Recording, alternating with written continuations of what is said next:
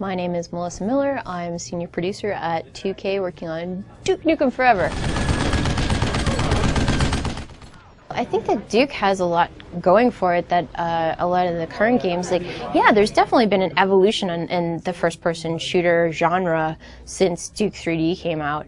But at the same time, like, a lot of where it's gone has been, you know, people and development teams who are trying to achieve a more mature tone, which is awesome. I worked on the Bioshock 1 and 2. Like, I get that, and I think that that's awesome that there are people out there trying to raise the quality level like that of just games in general. But there is something to be said for a game that sole purpose is just absolutely to have fun. And it's not about, you know, trying to prove some kind of innovation, you know, to stand out from the crowd. It's just, no, this is just fun. And that's the end of it. And as well as having a character who is so unapologetic and balls out about you know, an un-PC, like, there's just something really, really compelling and attractive about that type of personality, in addition to one that kicks ass, as much as Duke does.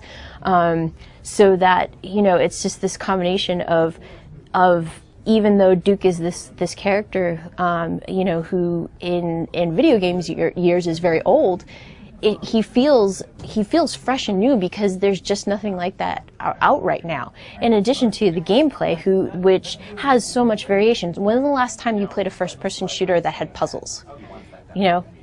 And Duke doesn't just have puzzles. Duke has all, like, driving and machine guns and everything, and there's just so much about it in addition to the humor and the larger-than-life personality of Duke.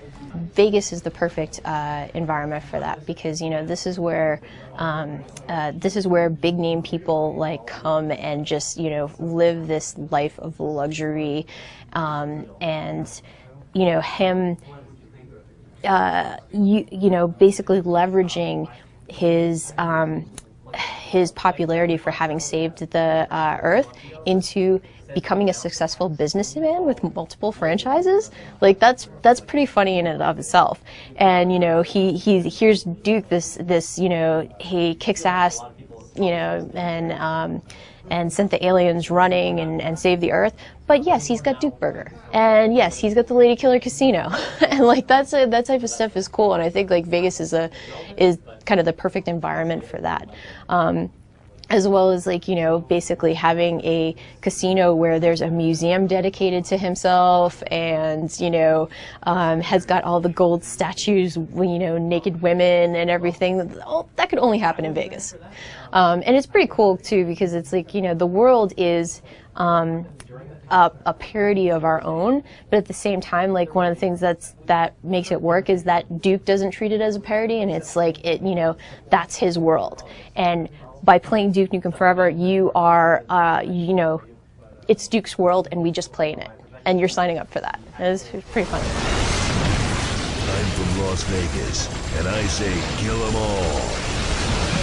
There were a lot of opportunities. You know, there's definitely opportunities for Duke to be driving himself at larger, but, like, the fact that when he shrunk down, that they put him in some kind of, like, you know, toy RC car is just really cool.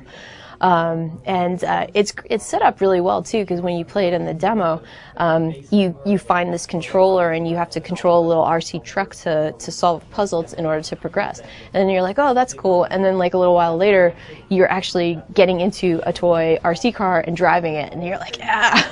The arsenal of Duke 3D was really, really important to fans.